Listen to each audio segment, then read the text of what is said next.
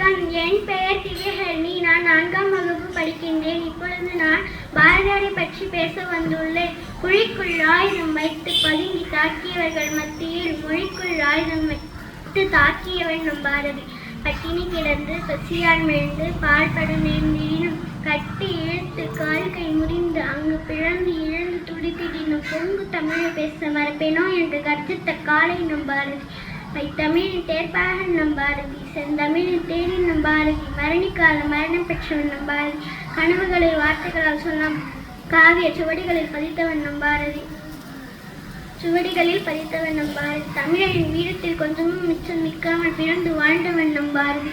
தமிழால் பாரதி தகுதி பெற்றான். தமிழ் பாரதியால் தகுதி பெற்றது. சித்தனை போல் அலைந்த சித்தனும் இல்லை, பித்தனை போல் திரிந்த பித்தனும் அல்ல.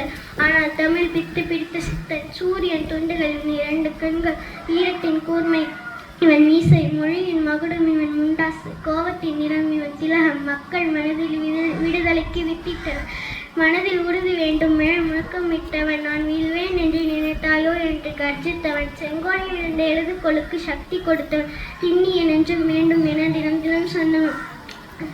தினம் சொன்னவன். மோகத்தை கொண்டு விடில்லை என்றால் மூச்சு நிறுத்திவிடு என்று எச்சரித்தவன். சாதி என்னும் சாவுக்கு சவுக்கடி தந்தவன். சறுக்கிவிடும் மனிதனுக்கு சரித்திரமே நீதான் என்றவன். சொல்லி சென்றவர்கள் மத்தியில் சொல்லி செய்தவன். அச்சமில்லை என அஞ்சாமல் வாழ்ந்த அக்னி பறவையவன். இந்திய பத்திரிகையில் கார்ட்டூனை அறிமுகப்படுத்தி பல காவியங்களை படைத்தவன். பெண்களுக்கான புதிய பாதையை பாரதி காட்டிய போதே ஆண்களுக்கான பார்வை சரி செய்து கொள்ளுங்கள் என்று எச்சரித்தான்.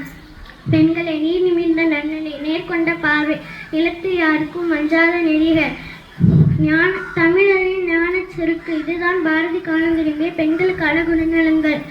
பெண்ணை அறிவை கொண்டு அச்சம் கொள்ளவை, வெக்கம் கொண்டு விலகி செல்லாதே, வீரம் கொண்டு பேர்த்து போகவை, மௌனம் கொண்டு மடங்கி செல்லாதே, பேச்சை கொண்டு பிரமிக்கவை, அறத்தல் கொண்டு அடங்கி போகாதே, ஆற்றல் கொண்டு அதிர்ந்து போகவை, பொறுமை கொண்டு புண்ணாய் போகாதே, திறமை கொண்டு திகைத்து நிற்கவை,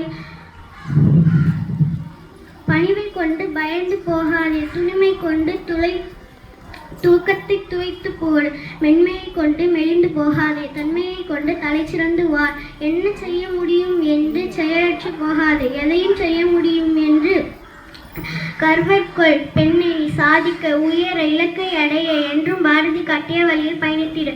புலவனாய், பத்திரிகையாளனாய், சுதந்திர போராட்ட வீரனாய், பன்முகம் தோற்றம் கொண்ட இவனது புகழ்பாட 1000 காரணம் உண்டு. பாரதியை நாம் கொண்டாடும் போது தமிழ் தன்னை தானே கொண்டாடுகிறது. நன்றி, வணக்கம்.